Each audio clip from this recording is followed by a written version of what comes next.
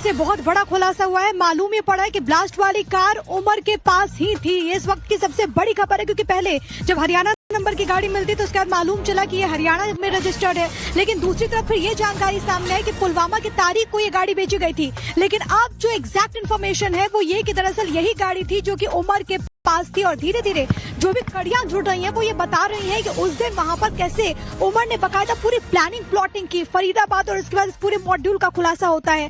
उमर का नाम मास्टरमाइंड के तौर पर सामने है। कल शाम भी जब मैं खबर दर्शकों तक पहुंचा रहे थे तो हमें मालूम चला कि कैसे डॉक्टर्स इसमें शामिल थे, बकायदा उनका पूरा नेक्सस था। उसके बाद एक एक करके सीसीटीवी फुटेजेस सामने आते, फिर ये मालूम चला कि जो गाड़ी थी जिसमें ब्लास्ट हुआ i10 जो गाड़ी थी वो दरअसल हरियाणा नंबर की रजिस्टर्ड थी। उसके बाद ये मालूम पड़ता है कि दरअसल उस पूरे मामले में जो व्यक्ति था वो ये कह रहा है कि दरअसल उसने पुलवामा के एक व्यक्ति को गाड़ी बेच दी थी। लेकिन अब जो सबसे बड़ा खुलासा हुआ ज्योति वो ये बता रहा है कि उमर के पास वो गाड़ी थी, यानी कि ब्लास्ट वाले दिन जो सीसीटीवी फुटेजेस सामने आए जिसमें एक शख्स नजर आता है जो कि मास्क लगाता है बॉर्डर के पास, वो शख्स उमर ही हो सकता है। इसको लेकर के हालांकि थोड़ा सा और इंतजार करना होगा, लेकिन एक बहुत बड़ी खबर है। धीरे धीरे लगातार हम देखते हैं कि कैसे चाहे दिल्ली हो, चाहे हरियाणा हो, चाहे जम्मू कश्मीर हो, वहां पर पुलिस पूरी तरीके से एक्टिव है। आपने ये भी बताया कि कैसे उमर के जो परिवार वाले हैं उनसे लगातार पूछताछ की जा रही है, उनसे लगातार ये जानने की कोशिश की जा रही है कि आखिरकार उमर से उनकी क्या बातचीत हुई थी, उमर का की क्या सोच थी। क्योंकि आप देखिए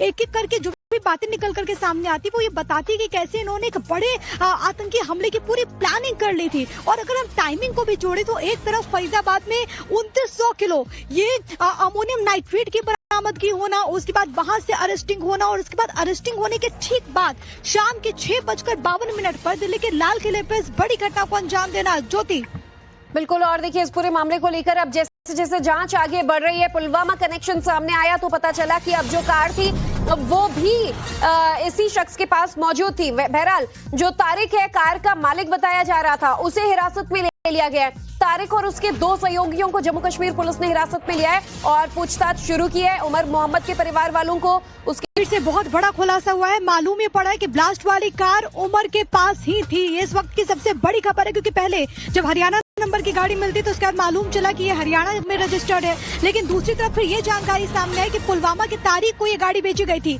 लेकिन अब जो एग्जैक्ट इन्फॉर्मेशन है वो ये कि दरअसल यही गाड़ी थी जो कि उमर के पास थी। और धीरे धीरे जो भी कड़ियां जुड़ रही हैं वो ये बता रही हैं कि उस दिन वहां पर कैसे उमर ने बकायदा पूरी प्लानिंग प्लॉटिंग की फरीदाबाद, और इसके बाद इस पूरे मॉड्यूल का खुलासा होता है। उमर का नाम मास्टरमाइंड के तौर पर सामने है। कल शाम भी जब मैं खबर दर्शकों तक पहुंचा रहे थे तो हमें मालूम चला कि कैसे डॉक्टर्स इसमें शामिल थे, बकायदा उनका पूरा नेक्सस था। उसके बाद एक एक करके सीसीटीवी फुटेजेस सामने आते, फिर ये मालूम चला कि जो गाड़ी थी जिसमें ब्लास्ट हुआ i10 जो गाड़ी थी वो दरअसल हरियाणा नंबर की रजिस्टर्ड थी। उसके बाद ये मालूम पड़ता है कि दरअसल उस पूरे मामले में जो व्यक्ति था वो ये कह रहा है कि दरअसल उसने पुलवामा के एक व्यक्ति को गाड़ी बेच दी थी। लेकिन अब जो सबसे बड़ा खुलासा हुआ ज्योति वो ये बता रहा है कि उमर के पास वो गाड़ी थी, यानी कि ब्लास्ट वाले दिन जो सीसीटीवी फुटेजेस सामने आए जिसमें एक शख्स नजर आता है जो कि मास्क लगाता है बॉर्डर के पास, वो शख्स उमर ही हो सकता है। इसको करके हालांकि थोड़ा सा और इंतजार करना होगा, लेकिन एक बहुत बड़ी खबर है। धीरे धीरे लगातार हम देखते हैं कि कैसे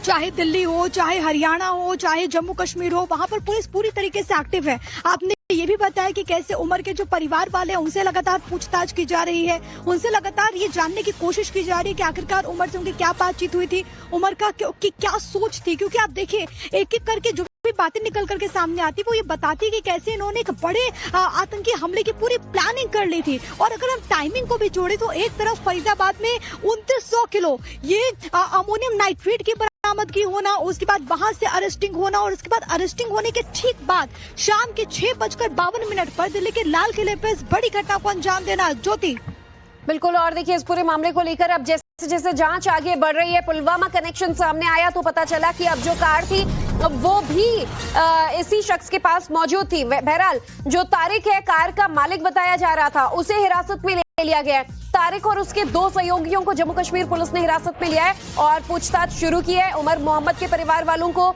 उसके